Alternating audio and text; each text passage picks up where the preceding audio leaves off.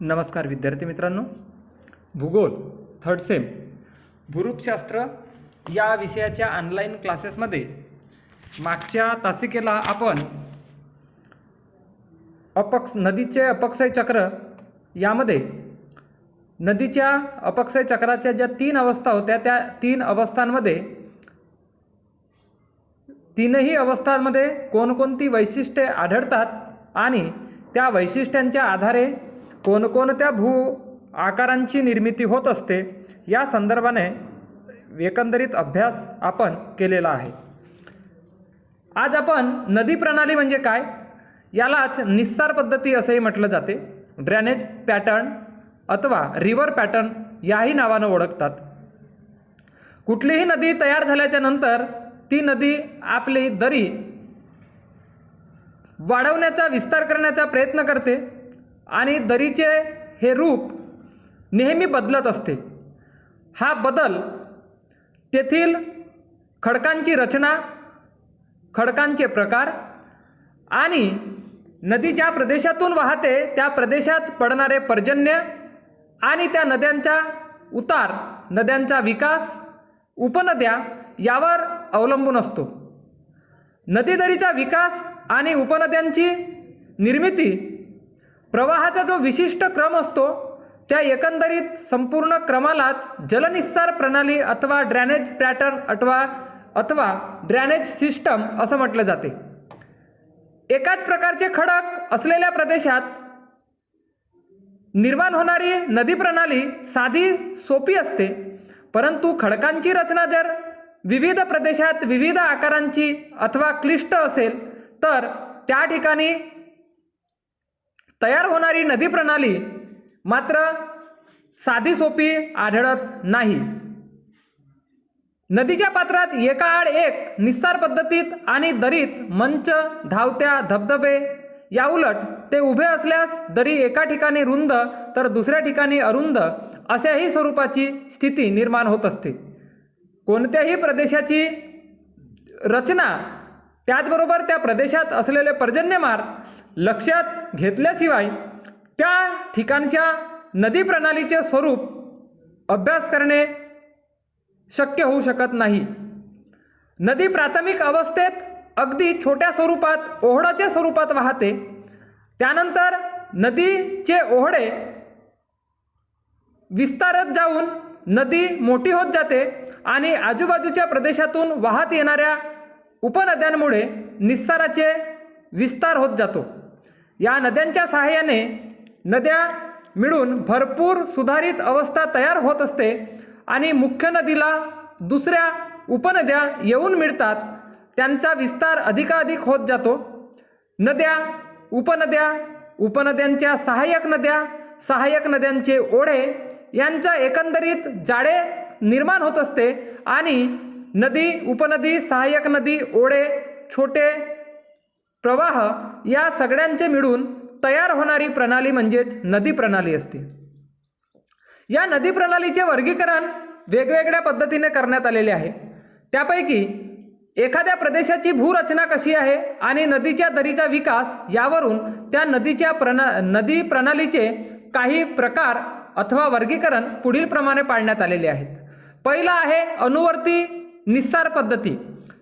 एखाद्या भूप्रदेशाच्या स्वभावानुसार, रचनेनुसार जर नद्यांचे प्रवाह वाहत असतील तर त्याला आपण अनुवर्ती निस्सार प्रणाली असं म्हणतो। म्हणजे उतारावरून नद्या वाहत असताना त्या नद्यांचं स्वरूप उतारावरच असेल। एखाद्या शंकू आकाराच्या टेकडीवरून वाहणाऱ्या नद्या ह्या शंकू आकाराच्या टेकडीच्या विस्ताराकडून दरीकडेच वाहत जातील। भूपृष्ठात होणाऱ्या या हालचालीस अनुसरून नद्यांचे प्रवाह वाहत असतात। एखाद्या प्रदेशात काही कारणाने परिवर्तन झाले तर त्या परिवर्तनानुसार मात्र नद्या आपले मार्ग बदलवतात। तरीही अनुवर्ती निस्सार प्रणालीमध्ये अनुवर्ती प्रवाह, परावर्ती प्रवाह, सहाय्यक प्रवाह आणि अनुवर्ती सहाय्यक प्रवाह, प्रत्यानुवर्ती नवीन प्रवाह असे 4 उपप्रकार सुद्धा पाडण्यात आलेले आहेत। नंतर दुसरा प्रकार आहे वृक्षाभ निस्सार प्रणाली, याला वृक्षाकार नदी प्रणाली असेही म्हणतात। एखाद्या प्रदेशामध्ये जर खडकांची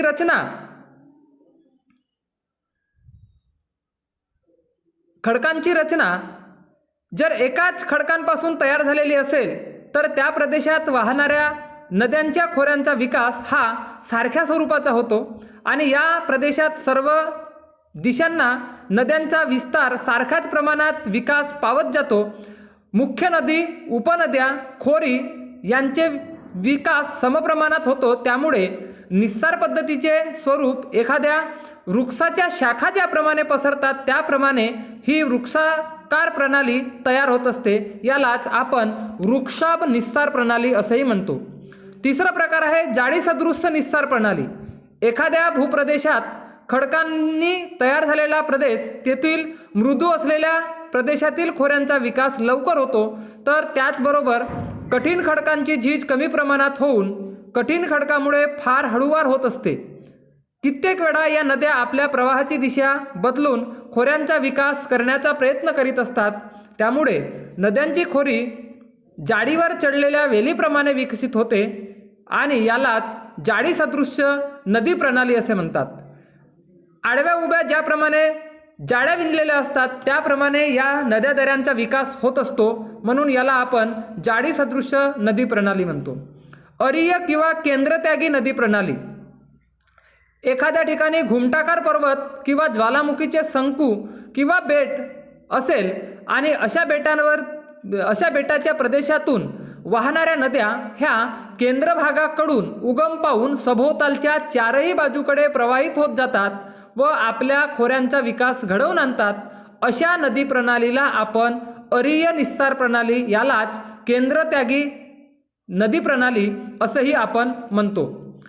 त्याचबरोबर आयताकार निस्सार प्रणाली. काही प्रदेशात खडकाची रचना ही अगदी आयताकार स्वरूपाची असते. दोन शेजारी शेजारी असलेल्या खडकांच्या जोडामुळे या प्रदेशातील खडकांना नदी प्रवाहाला आकार प्राप्त होतो. नद्या वाहू लागल्या की त्या जोडाला अनुसरून वाहायला सुरुवात करतात. ज्या ठिकाणी जोड कमकुवत होतात त्या ठिकाणची झीज मोठ्या प्रमाणात होते, खोऱ्यांचा विकास मोठ्या प्रमाणात होतो आणि जेथे नद्यांचा आणि उपनद्यांचे प्रवाह विकसित होत जातात त्यांना आयताकार निस्सार प्रणाली असं म्हणतात. त्यानंतर आहे अपरिमित निस्सार प्रणाली. काही भूप्रदेशामध्ये खडकांची रचना आणि जलप्रवाह यांचे स्वरूप विचित्रच आकाराचे भासत असते. अशा ठिकाणी वरील अभ्यास केलेल्या कोणत्याही नदी प्रणालीचा आकार दिसून येत नाही. त्या ठिकाणी वेगळ्याच नवीन विचित्र प्रकारची निस्सार प्रणाली तयार होत असते. अशा प्रवाह प्रणालीला अपरिमित निस्सार प्रणाली असं म्हणतात. त्यानंतरचा प्रकार आहे आंतरायिक निस्सार प्रणाली. काही प्रदेशामध्ये नद्यांच्या मार्गात विशेष प्रकारचे भौगोलिक पट्टे किंवा अडथळे निर्माण होतात आणि नद्या लुप्त होऊन जमिनीच्या आतमधून प्रवाहित होतात, परंतु पुढे वाहत जाऊन काही अंतरावरून त्या नद्या पुन्हा भूपृष्ठावर आपल्याला दिसतात. अशा नदी प्रणालीला आंतरायिक निस्सार प्रणाली, ज्याला आपण लपलेली नदी प्रणाली असं म्हणतो. हिमालयातील भाबर प्रदेशामध्ये अशा प्रकारच्या नद्यांचे खोरे आपल्याला पाहावयास मिळतात. त्यानंतर आहे भूमिगत निस्सार प्रणाली. चुनखडीच्या प्रदेशामध्ये भूमिगत निस्सार प्रणाली मोठ्या प्रमाणात आढळून येते. चुनखडी पाण्यात विरघळल्याने एखाद्या भूपृष्ठावरून लुप्त होऊन भूपृष्ठाच्या खालूनच नद्यांचे प्रवाह निर्माण होतात. वरील भूभाग किंवा भूपृष्ठ आपल्याला जसाचा तसाच दिसतो. पुढे बरीच चुनखडी विरघळून टाकल्याच्या नंतर काही वर्षाच्या नंतर कालांतराने या नद्या आपल्या दऱ्यांचा विकास घडवून आणतात. याला भूमिगत निस्सार प्रणाली अथवा छुपी निस्सार प्रणाली असेही म्हटलं जाते. त्यानंतर आहे आंतरस्थलीय निस्सार प्रणाली. काही प्रदेशात नद्यांचे प्रवाह सभोवतालच्या उंच प्रदेशातून मध्यभागी असलेल्या खोलगट भागाकडे प्रवाहित होतात. याला अंतस्थलीय निस्सार प्रणाली असे म्हणतात. ही केंद्रत्यागी निस्सार प्रणालीच्या विरुद्ध नदी प्रणाली, म्हणजेच यालाच अंतस्थलीय निस्सार प्रणाली, केंद्रगामी निस्सार प्रणाली असंही आपण म्हणू शकतो. त्यानंतर आहे प्रत्यानुवर्ती निस्सार प्रणाली.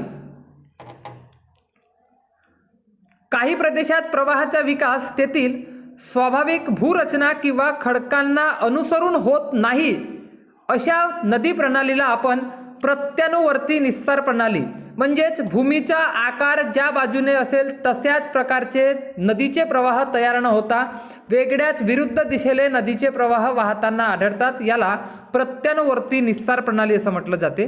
आणि त्यानंतर सगळ्यात शेवटचं आहे नदी जलापहरण किंवा प्रवाह चौर्य किंवा यालाच चाचेगिरी किंवा सरिता आत्मसात असंही म्हटलं जाते।